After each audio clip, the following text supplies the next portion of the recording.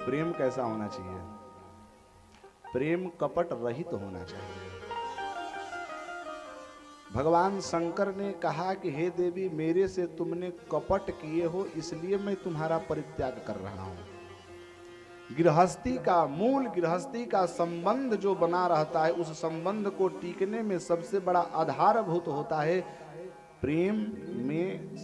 प्रेम का संबंध का मूल आधार होता है श्रद्धा, विश्वास, कपट रहित व्यवहार।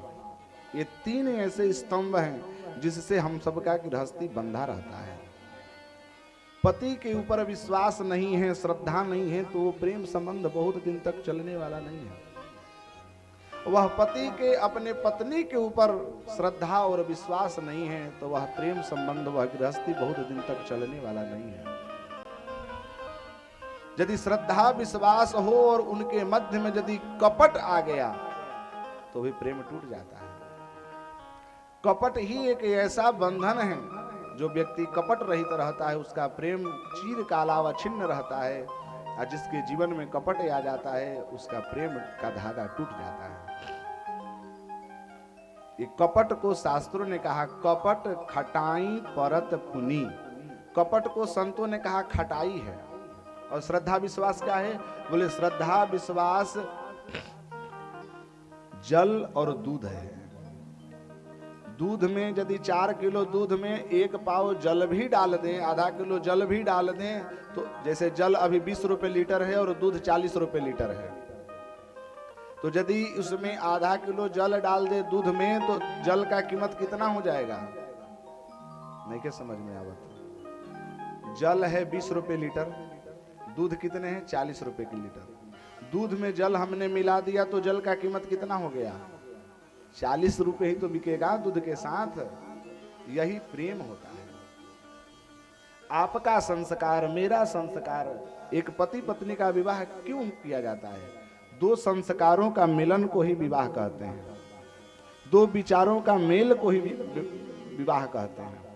उसका व्यवहार, उसका संस्कार, मेरा विचार, मेरा संस्कार जब एक जगह इकट्ठा होता है, वह दूध, यह जल, जल और दूध जब मिश्रित होता है तो एक नया रूप लेता है। दोनों का भाव एक हो जाता है। और देखिए दोनों का प्रेम अटूट कैसा है।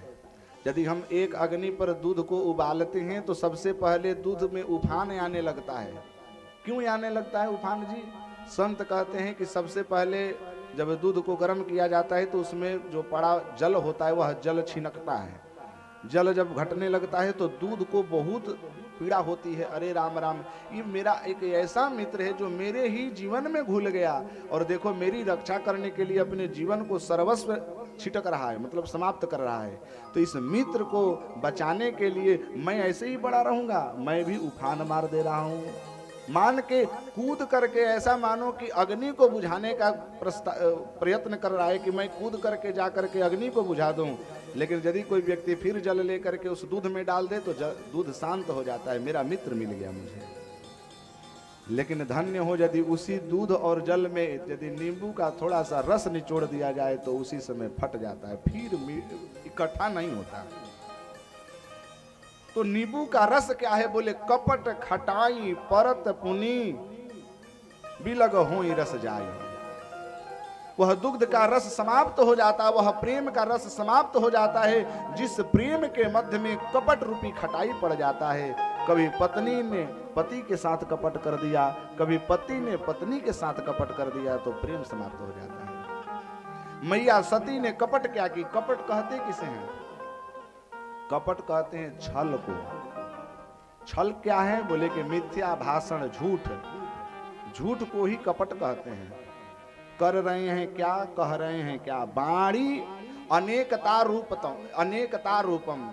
वाणी अन्य कह रही है, नेत्र अन्य वार्ता कर रहे हैं, कर्म क्रिया अन्य वार्ता कर रही है, भाव भंगिमा अन्य वार्ता कर रही है, संपूर्ण शरीर के अंग अन्य अन्य क्रिया में लग गई, तो समझ लीजिए यहीं पर छल हो रहा है।